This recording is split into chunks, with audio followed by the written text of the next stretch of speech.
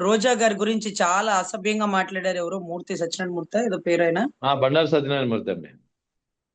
బండారు సత్యనారాయణ మూర్తికి అసలు అది ఎంత పెద్ద తప్పండి. ఆ నీ పార్టీలో పనిచేసిన ఒక మహిళ, నీ బిడ్డ వయసు గల మహిళ, నువ్వు అసలు అసలు మాట్లాడిన పదాలు పదజాలాలు గౌరవ కొనిదెల పవన్ కళ్యాణ్ గారికి కనపడలేదా అండి?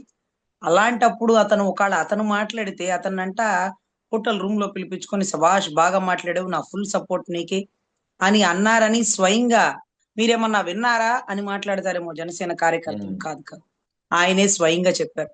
అలాంటి దాన్ని అలాగే మాట్లాడతారు రజనీ గారు అంట. అలాంటి దాన్ని ఇలాంటి దాన్ని ఏంటి అసలు? ఆ ఉమ్, పదాలు ఏంటి? ఇది తప్పు ఇది ఒప్పు అని చెప్పడానికి మనం ఎవరు?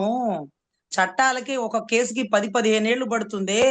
కళ్ళ ముందు మర్డర్ చేసేసి చావు కారణమైన కసబుకే 7 ఏళ్లు పట్టింది. మీరెలా తీర్పులు ఇచ్చేస్తారన్నా? ఇది మంచి ఇది చెడు అని. రాజకీయంలో ఎక్కువ కాలం ట్రావెల్ చేయడం చాలా కష్టం. ఎన్నో మాటలు పడాలా. మా బొటోళ్ళు 10 అడుగులు వెనక్కి వెళ్ళిపోతారా, ఏముంది లెబ్బ రాజకీయాలు మన వల్ల కాదు. ఉమ్. ఒక మహిళ ఎన్నో కక్కా ముక్కలు తిని నిలబడింది.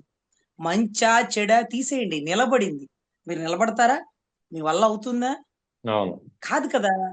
ఇప్పుడు ఆ మహిళ గురించి మాట్లాడినప్పుడు నువ్వు కూడా నా రోజా అంటే, ఆ ఉమ్, నువ్వు కూడా అన్న రోజాతోనే ముగ్గురు మొనగాళ్ళలో సినిమాలో మీ అన్న డాన్స్ చేసినాడే. ఆ అవును. నువ్వు కూడా అన్న రోజాతోనే జబ్బలు ధరుస్తూ ఇక్కడ కూర్చొని ఒకళ్ళు కొట్టుకుంటూ, ఆ నీ రెండో అన్న జబర్దస్త్ లో కూర్చున్నాడే. అది ఏంటన్నా? డైమండ్ రాణి. ఉమ్. మనం ఎన్ని మనం మాట్లాడాం, మీరు మాట్లాడారు, నేను మాట్లాడాను.